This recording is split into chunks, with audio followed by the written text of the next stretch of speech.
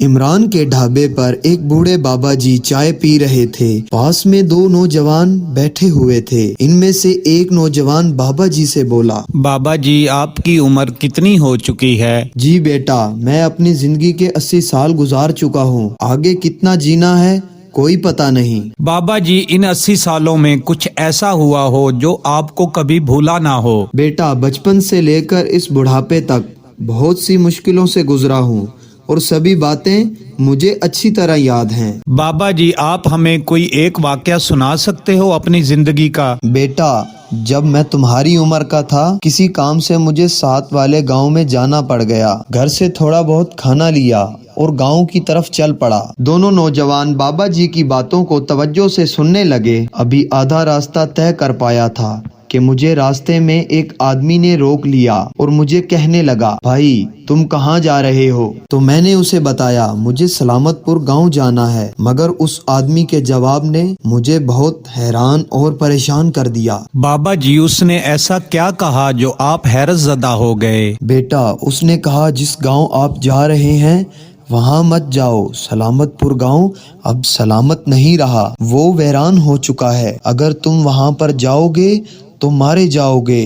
अभी यहाँ से वापस लौट जाओ। ये बात सुनकर मेरी आंखें खुली की खुली रह गई, सांसों की रफ्तार तेज हो गई। ये सब कुछ कैसे हो गया? कुछ दिन पहले तो गांव बिल्कुल ठीक था, सभी खुशहाल थे, तो फिर वो अचानक वीरान कैसे हो सकता है? वो आदमी बार बार मुझे यही कहता रहा कि यहाँ से वापस लौट जाओ। इस आदमी के बार बार कहने पर मुझे अजीब सा लगा। या तो फिर गांव वाकई ही वीरान हो चुका है या फिर कोई और बात है। बाबा जी आगे बताएं जल्दी जल्दी, आखिरकार क्या हुआ था? बेटा, तुम्हें बातें अच्छी लग रही हैं, मगर जो हकीकत में होता है ये वही जानता है जिस पर गुजर रही होती है। नहीं बाबा जी, मैं मजे लेने के लिए नहीं सुन रहा। हम इतने बड़े नहीं हैं, हम पर भी कोई परेशानी आ सकती है।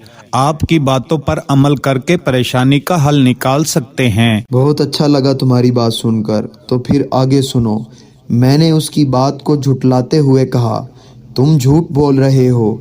अभी ये बात कह ही रहा था कि गांव की तरफ से लोग भागते हुए मेरी तरफ आ रहे थे और मैं फौरन ही समझ गया कि गांव कैसे वीरान हुआ। मैंने फौरन ही इस आदमी का हाथ पकड़ लिया। बाबा जी वो आदमी कौन था? बेटा, वो एक चोर था जो सारी रात गांव को लूटता रहा और दिन निकलते ही गांव से जा रहा था।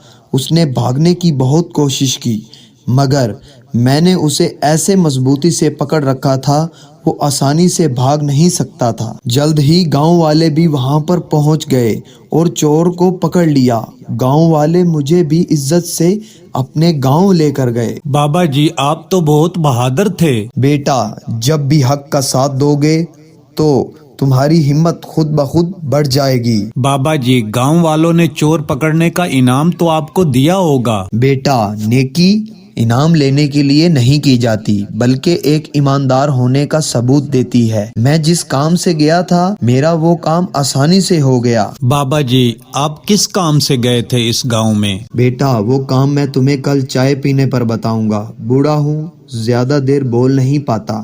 अब मुझे इजाजत दो, मैं चलता हूँ। कल मिलते हैं, खुश रहो और मुस्कुराते रहो।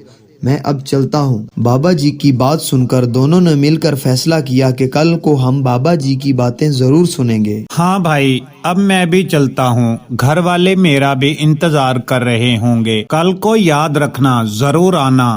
कहानी को मिस मत करना।